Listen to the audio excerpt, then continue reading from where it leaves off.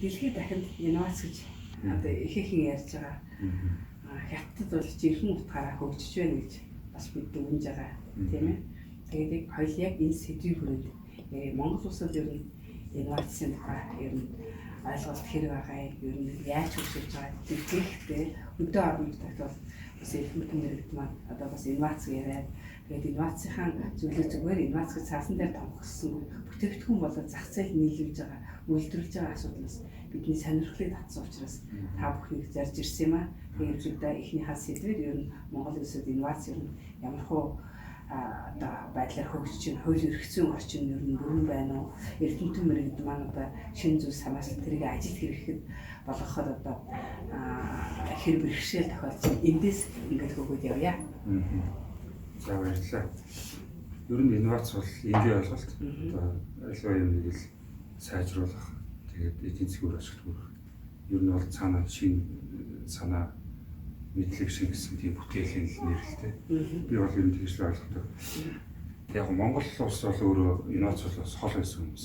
Тэгээ одоо амьдралынх нь хэм маяг өөрөө хол байсан. Гэхдээ инновац бол Монголд бол дэлгэрээд бол бас удаж байна гэж би бас үздэг.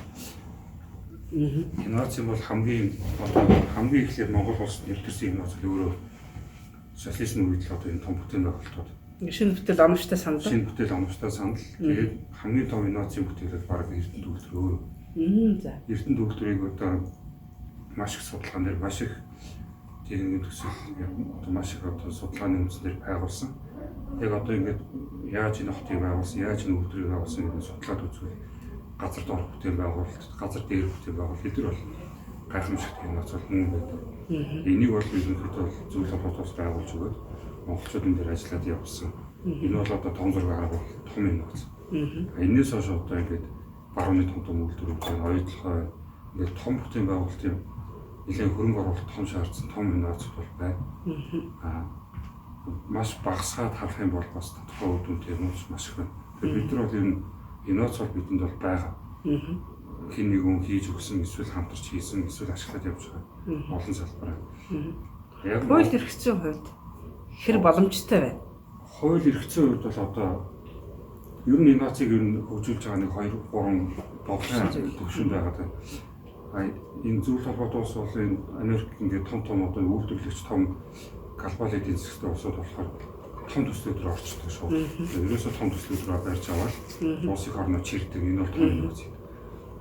Зүүн өмнөд Аз, Япон, Солонгос гээд арай жоохон хөгжлийн хэм маяг нь өөр улсууд болохоор одоо алхам тутам жижиг одоо деталь болгоны инновацуудыг нэлээд барьж явсан. Тэгэхээр энэ бол өөрөө эдийн засгийн өрсөлдөөнөр бол хоёр том одоо чиглэлээр хөгжөөд явсан нэг асуудал юм шиг харагддаг.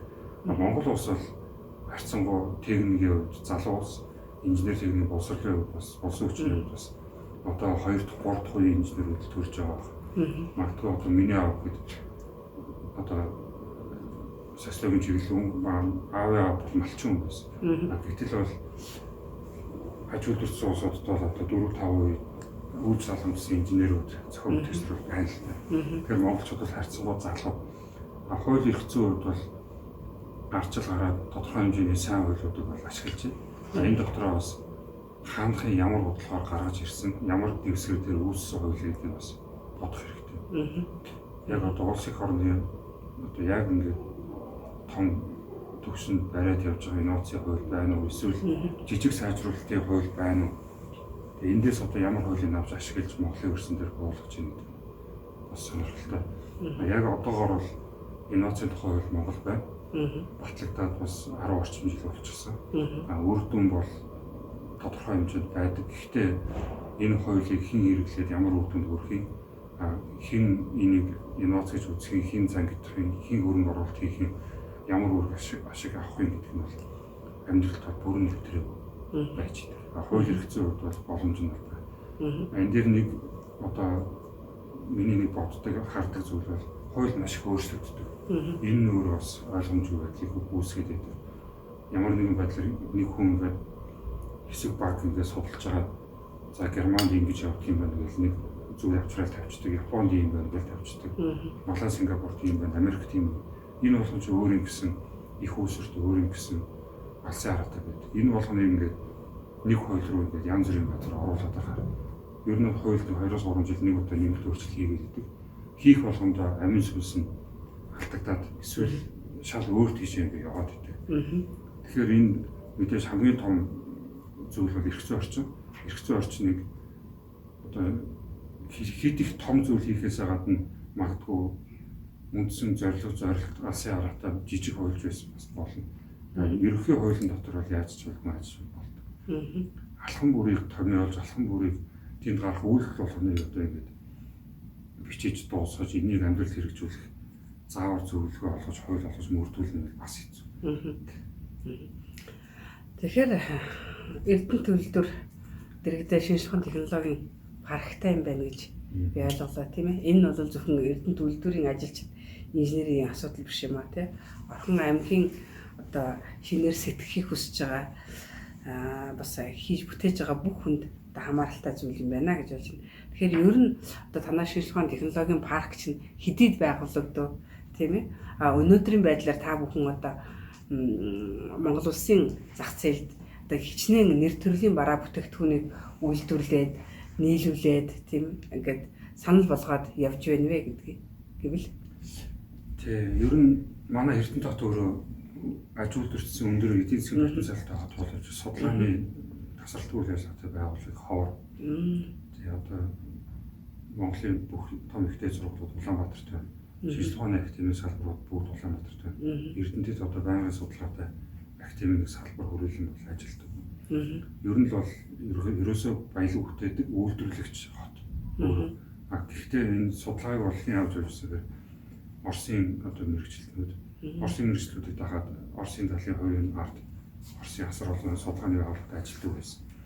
Эдгээр бол одоогоор бол одоо энэ үндсэндээ Монгол үйлдвэр болсноор бол тасалдаж байна л да. Тэгэхээр энэ цаашаа мэдээ шинжлэх ухаантай явах хэрэгтэй аливаа үйлдвэрийг ямар нэгэн байдлаар хөгжин асуудал гарч ирэн тэр болно сайжруулна. Тэгээд нэг талаасаа энийг харсан нөгөө талаасаа бас уул уурхайг дагсан одоо шахагдах нөөцөн дээр суурилсан ийм эдийн засгийн аймаг дээр ийм орон нутг дээр бас ирээдүйн хөгжлийг хараад одоо манай орон нутгийн удирдлагууд шинжлэх ухааны технологийн паркийг байгуулах шийдвэр гаргасан. Энэ өөрөө цэвэр Орхон аймгийн нийт иргэдийн өмчт байгууллага Эрдэнэ үйлдвэр бол биш. Орхон аймгийн нийт иргэдийн 100 мянган хүний л одоо байгууллага. Мэдээж хамгийн том эдийн засгийн том потенциалтай Эрдэнэ үйлдвэртэй бол хамтарч ажиллана. Эрдэнэ үйлдвэр бол биднийг бол тодорхой хэмжээгээр дэмждэг, хамтарч ажилладаг, мэдээлэл солилцдог, зарим сэдвүүдээр бол хамтраад ажиллаж явдаг. Хэрэгцээтэй шаардлагатай чанарын стандарт хангасан. Техникийн бааз нь л юм байна тийм үү? Хэрэглэгч бааз. За. Техникийн бааз биш бас ойлгож байна. Сургалагч биш үү? Биш. Сургалагч биш. Тэгээ манай байгууллагын нэг онцлог бол бид нар ерөөсөө сургалт бол хийхээс бол хийдэггүй. Тэгээ ямар нэгэн байдлаар одоо Монгол Улсын сургууль, шинжлэх ухааны технологийн сургуулийн тэр том сургуулиуд яаж байгаа дахин давтаж сургалт бол хийдэггүй. Зөвхөн өөрсдийн барьсан нэг юм чиглэл салбартаа ажилладаг. Тэрнийхээ судалгаан дээр ажилладаг. Тэрнийхээ бүтээгдэхүүн туршилтан дээр ажилладаг. Мөн иргэдийг одоо чадварчуулж энэ үйлдвэрлэгч болох тал руу авч явдаг. Зөвхөн тэднэртээ зориулсан сургалтыг бол хийдэг. Та тэр хэллээ. Ер нь орон нутгийн дэмжлэг ихээхэн чухал үүрэгтэй байгаа юм байна шүү дээ, тийм ээ. Тэгэхээр одоо анх парк байгуулах ер нь санаа таних байсан юм уу? Эсвэл хэсэг одоо тань шиг залуу инженерүүдийн сэтгэл зүтгэл байгаа. Тэгээд тэр төслөө бичээд засаг даргатаа танилцуулж ирсэн юм уу? Ер нь юунаас эхэлсэн бэ? Үндсээр нь. Яг бүр яг Эрдэнэ үйлдвэрийн одоо зөвлөлтийн мэргэжилтнүүд гэж хэлж байна. Та үеийн инженерүүд гэж хэлж байна. Тэгэхдээ яг парк болох үед одоо парк болоод бие даагаад ингээд орон нутгийн өмчөд болоод ингээд явж байна. Тэрийг орон нутаг дэмжиж, бодлогоор дэмжиж, бас эдийн засгийн хувьд дэмжиж, зах зээл нь энэ байна шүү гэдэг зах зээлд хөл тавих нөхцөлийг бүрдүүлж өгöd л да та бүхэн тийм ээ. Тэгээ энэ ерөөсөө байгууллага өөрөө 2016 онд байгуулагдсан. За. Тэгээ залуу маш одоо 3 шилдэгүүл ажиллагаа болж байна. Анх байгуулах санаачлага бол ерөөсөө засаг дарга одоо шинжлэх ухааны технологийн парк байгуулъя. Олон улсын тэргүүн туршлага байна. Тэгээ уул уурхай дагсан хотод мэдээж хэрэглээ зах зээл бол байна. Тэгээд эдийн засгийн хувьд бол уул уурхай дагсан учраас шахагдана. Энэ бол одоо 100 200 300 жилийн дараа бол мэдээж ажиллах Тийм учраас өнөөдөр энэ одоо баазыг бий болгоё гэж санаачилсан. Тэгээ орон нутгийн удирдлагууд бол анхны байгуулах шийдвэр, анхных нь судалгааны ажлууд, анхных нь одоо хөл дээрээ тогтох дээрээ төлөвлөгөөг нь гаргасан. Энэ дээр мэдээж хэрэгжүүлэх нэг хэсэг үйл байж таарна. Тэрийг нь бол миний бие ахлаад бол явсан. Ийм л учиртай. Тэгээ ер нь бол байгууллагын нэр тийм шинжлэх ухааны технологийн парк гэдэг нэртэй том хүрэх гэж байгаа зорилго нь их том. Алсын арга нэг том. Тийм гэхдээ энийг бас одоо бидний байгууллагыг тиймч томоор бас төсөөлж болохгүй. Яагаад гэвэл энэ судалгаанд суурилсан байгууллага бий болж хөгжиж эхэлж байна гэж ойлгох хэрэгтэй. Тэгтэл электродын үйлдвэр бий болчихсон. Бас гайхамшигтай усан суурьтай будгийн үйлдвэртэй болчихсон байна. 3 жилийн хугацаа бага өшөлтэй.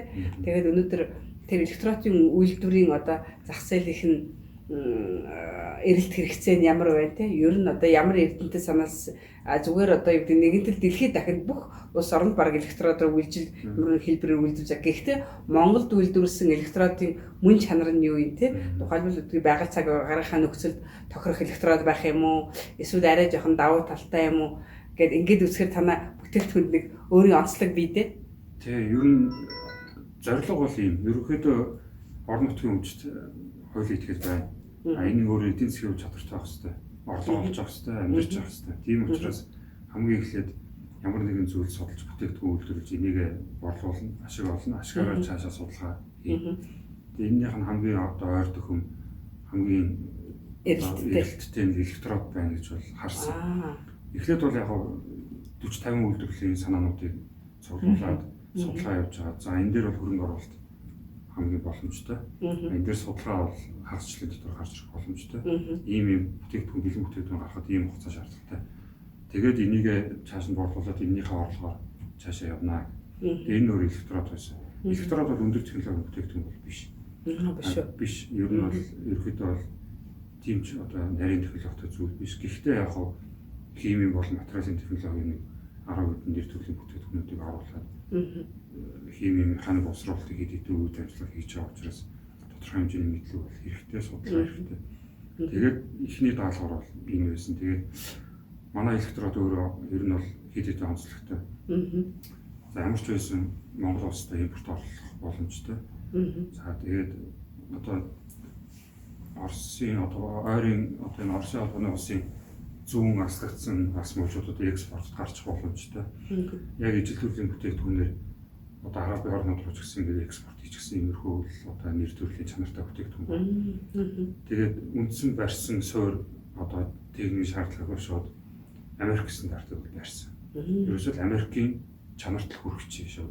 Тэгээд одоо Хятад гэж үйлдвэрлэгч байна, Орос гэж үйлдвэрлэгч байна. Япон, Солонгос бид нэр дэлхийд дахинд одоо ерөөхдөө Хятадын бүтээгдэхүүнтэй адилхан юм, Оросын бүтээгдэхүүнтэй адилхан шууд Америкийн стандартыг одоо тэргүүн чанжиж болгож гаргасан. Энэ маань өөрөө энэ технологи харах нэвтрэх байгаа улсуудтай ашигласан цааш нь экспорт болох боломжтой. Тэгээд тухайн бүтээгдэхүүнийг хийхдээ тодорхой хэмжээгээр өөрийн улсын дотоодын түүхий идэх үүсрэг ашиглах. Тэгээд өөрөө энэ өөрийн их үүсрэг ашиглаад олон улсын стандартад гаргасан бүтээгдэхүүн гаргаад ирэхээр энэ өөрөө бас нэг төрлийн шинэ бүтээл болж таарч байна. Электрод өөрөө их бүх зүйлдэл бүтээн байгуулалтын бүх зүйлдэл хэрэгтэй юм л да тийм ээ. Тухайлбал одоо байшин барилгахад чи одоо энэ арга ясаг зангидах чи электрод хэрэгтэй юм.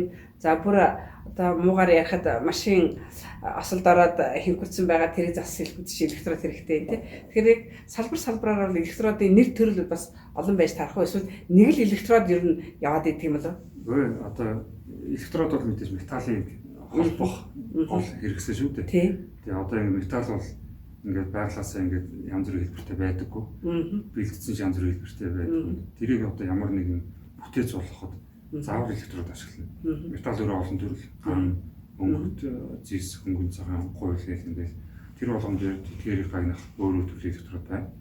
Байна. Тэгээд электрод бол мөнхийн хэрэглээ. Энэ бол хизээч металл, төмөр, хийц гэдэг зүйлээс хөдөлгөтөн энэ одоо машин дэргээс өсвөлгээл орон сууц үйлдвэр аж ахуйн нэгж одоо ингээд бүх зүйл металлтай харьцдаг. Тэгэхээр энэ бол өөрөө хизээч сэргээ засварлагдаж явж идэг, хизээч ашиглагдаж байдаг, хизээч одоо байдаг юм л одоо хэрэглээл зүйлтэй. Танах одоо бүтээгдэхүүнээ өнөөдрийн байдлаар зөвхөн дотоодын зах зээлд нийлүүлж байна уу? Дотоодын зах зээл нь. Гэхдээ бас дотоодын зах зээлдээ дэлхийн хэмжээний технологи нэвтэрсэн том үйлдвэрүүд танай электрод дээр захиалга өгсөн сураг сонсогдчихсэн л да. Тий, яг хоо үр дүн бол байгаа. Тэгээд тодорхой хэмжээнд электродны үйлдвэр анх байгуулахдаа Орос хөрөнгө оруулалтанд өгчихсөн манай борлуулалтаа хийгээд тэгээд дараагийнхаа судалгаандаа бас эндээс Орос хөрөнгө оруулалтаа зарцуулаад эхэлсэн. Бусдыгаа ер нь чирээ явж байгаа үйлдвэрлэлтэй. Тэгээд хараахан яг экспортлж ихээр бол бас өөрөө жоохон зохимжгүй бүтээгдэхүүн болчиход байна. Нэгдүгээр хүнд жингөө маш хүнд байдаг. Тэгээд тээврийн асуудал яригддаг. Одоо говийн ноолорон бүтээгдэхүүнийг шууд онгоцоор тээвэрлэж болоод электродын онгоцоор тээвэрлэх бол утгагүй асуудал. Тий. Тэгээд өөрөө талаад гарцсан юм байна. Яг ингээд буцаагаад экспорт хийхэд бас энэ хил хайлын татваруудаас өсвөлөл ингээд экспортлогч болох хууль эрх зүйн худалдааны хэлэлцээрийн гаргалгаа бол бас ядмаг. Тий. Гэхдээ л одоо юу гэдгийг дотоодынхаа зах зээлийг хангаж яах гэдэг бол одоо орж ирэх ашиг нь эрдэмчүүд л орж ирнэ гэсэн үг шүү дээ, тийм ээ? Тий. Тэр бол одоо импортыг орлоно гэдэг бол маш сайхан зүйл. Будгийн тухайд одоо ямар эрдэмтний бүтээл юм тийм ээ? Эсвэл одоо нэгэнд нэвтэрсэн технологи нь бий байсан зүйлийг та бүхэн энийг ер нь үйлдвэрлэл нэвтрүүлье. Одоо юу гэдгийг дамжлагыг нь сайжруулж гэдэг юм эсвэл эдийн засгийнх нь одоо суурийг тавих нөхцөл нь бидэнд байна гэж энэ бодог руу оров. Ер нь тэгээд энэ бодог электрод аль аль нь хамгийн үнэтэй зүйл нь мэдлэг байна. Тэгээ үлдчихэж байгаа мэдлэг л их чухал. Одоо энийг одоо электрод хийсэн хүн дараа нь өөр юм хийх одоо чадвартай болж байгаа юм л да. Одоо дараагийн нарийн хийцүүдийг хийх, металл ургийн салбарт ажиллах. Бодог хийсэн хүн барилгын материалын химийн технологийн чиглэлд ажиллах бас мэдлэгтэй болж байгаа. Одоо над дээр байгаа энэ инженер судлаачид, залуучууд маань өнөөдөр электрод хийчлээ. Магадгүй дараагийн юм хийхэд бол электрод хийсэн мэдлэг нь суурилна. Бодог хийчлээ. Бодог бол маш олон юмд суурилна. Тэгэхээр химийн хайрлах юм. Тэгэхээр энийг хийгээд сурцсан, энэ дээр ингээд ажиллаад үзсэн залуучууд маань хамгийн гол мэдлэгтэй болоод үлдчихэж байна. Ихтэй сургуульд онол заах нэг өөр хэрэг. Бүтээгдэхүүн үйлдвэрлэх бас нэг өөр хэрэг. Бүтээгдэхүүн үйлдвэрлэсэн практик туршлага бол дараагийн бүтээгдэхүүн гаргах үндсээр үнэлт. Тэгээ бодог бол яг онцлогтой бас. Бас л одоо дэлхийн хаашаа явж тэр үзлэгийг л харсан. За мэдээж усан суурьтай бай. Тэгээ одоо үнэргүй бай. Эрүүл хүний эрүүл нөлөөгүй бай. Байгаль орчинд хор нөлөөгүй бай. Тогтц сайтай бай. Тэгээ галын аюулгүй байдал ингээд одоо барилгын засвар хийж байгаа, бодог хийж байгаа бүхэл одоо сөрөг нөлөөллийг шийдсэн хамгийн одоо сайн технологи хамгийн шилдэг бүтээгдэхүүн юу юм гэдгийг хараад за энийг хийж гаргаж ирээ. Энийг хийж гаргаж ирэхдээ суурь судалгаан дээр хэлээ 2 жил орчим ажилласан. Бас нэлээд амаргүй ажил байсан. Нэлээд олон туршлагуудыг давсан. Тэгээд технологи бол одоо бидний гаргаж ирсэн Монгол технологи. Одоо би болон одоо манай багт ажилласан хүмүүсийн гаргаж ирсэн технологи зүйл. Патент нь та нар их байна шүү дээ. Аюулгүй юм. Энэ орсон найрлага, энийг үйлдвэрлэх технологийн бүх дамжлага, энд орж байгаа хэд одоо 20-30 төрлийн түүхийг материал байгаа. Эдгээрийг шинжлэх, судлах, эцсийн бүтээгдэхүүн болгож гарч ирэх. Энэ бүх одоо ноу-хау бид хэрэгтэй. Ер нь бол яг тар бүрхтэй зөвлөж ярьж болно л да. Эсвэл ингээд айр хийдэг ч юм уу тийм ханга айр хамттай. Тэр шиг л одоо ийм бидний гаргаад ирсэн л одоо арга гаргачихлаа. Тэгэхээр гайхалтай байна. Одоо та нарын мэдээж технологи улам сайжруулах ёстой тийм ээ. Өшгөө нөгөө нэг үнцэг бол та нарыг бодог хийсэн хэрэг би сонирхоод байл л да. Ер нь монголчууд хэр бодог хийж байсан туршлага ч гэдэг юм эсвэл одоо сонирхож оролдож исэн юмыг та нар бас түүхээс эрен хайж байсан л байгаа. Ягаад тэгэхээр манай чинь одоо буддын сүм хийдвэр чинь өчнөө 100 жилийн түүхтэй сүм хийдвүүд байна. Тэр маань бүгд л тэр таазан тэгэл тэр гаднах гоё чимэглэн бүгдөө л будагтай байдаг шүү дээ. Одноос одоо 100 жилийн өмнөх сүм хийдийн барилгач гэсэн. Тэгэхээр яг энэ үн шиг одоо юу гэдэг тийм олон 100 жилийн одоо цагийн аясыг даах чадвартай тогтцсон сайн байх нь. Хоёрдугаар тэгвэл бид чинь эргээд нөгөө түүхээ эргэж харахад нөгөөдөлд тэр үеэ нөхөн сэргээх үед одоо ашиглах тийм технологи бүхий бодгийг та бүхэн одоо аюу гэж технологи дээр нь ажиллаж байна уу? Гэхдээ ерөөсөө түүх бол өөр өнгөрсөн зүйл л дээ. Одоо ингээд яг одоо монголчууд ч биш одоо хүн төрөлхтөө өөрөө янз бүрийн бодог хийсэн. Янз бүрийн хааны бичсэн, зурсан хэдэн мянган жил байсан. Энэ бол байсан зүйл. Өнөөдөр өргөн хэрэглээний зах зээл дээр юу хэрэгтэй? Өнөөдрийн хэрэглэж байгаа бодог хэрэгтэй. Түүнээс тэр бол бидэрт бол нэг онц зүйл биш. Гэхдээ мэдээж бол бодно үзэн. Сорих зүйл чинь нэг шүү дээ. Сорих зүйлийн нэг бас сонирхон тийм сонирхч үзэж байгаа юм л да. Гэхдээ бид нар одоо ингээд яг одоо энэ ийм одоо буддийн шашинтай улсуудын эндээ хэрэглэдэгээс ийм гоё бодог та нар энийг хэрэглэж өгөх гэж барилгын зах зээл дээр хэрэглэхгүй. Энэ ийм одоо ийм улсаас гаралтай хэдэн мянган жил грекээс гаралтай чи Египтийн ийм бодог байдаг энэ гаралт. Дэлхийн хаашаа явчихсан бид нар тийшээ явах хэрэгтэй л да. Гэхдээ яг монголчууд бол бодог хийх нь бол хийжсэн хүмүүс. За. Ер нь бол яг байгалийн гаралтай зосоор бодог хийждэг. Өөртөө хашаа машаагаар бодчихдаг. Тиймэрхүү. Тэгээд аюу хэлбэд бодгийн үйлдвэр байдаг байсан гэж ер нь дээр. Тэгээд байгалийн гаралтай шорон мод гэдэг. Одоо бол ажилтдаггүй. Бас социализм үед одоо энэ барилгын материалын үйлдвэрлэлийг нэлээд хөгжүүлж авах үед бас юу нэ налах Улаанбаатарыг дагуулад бас бодгийн үйлдвэр байсан жижиг. Гэхдээ бас өмч уучлаараас хаагдаад байхгүй болчихсон. Энд нэг яригддаг асуудал мэрэгчлэлтэн байдаг. Яг бодгийн мэрэгчлэлтэн тухайн үед Оросод бэлтгэж хийсэн 2-3 мэрэгчлэлд одоо л тэтгэврт гарч ирсэн. Одоо бүр өндөрнөөс гарсан.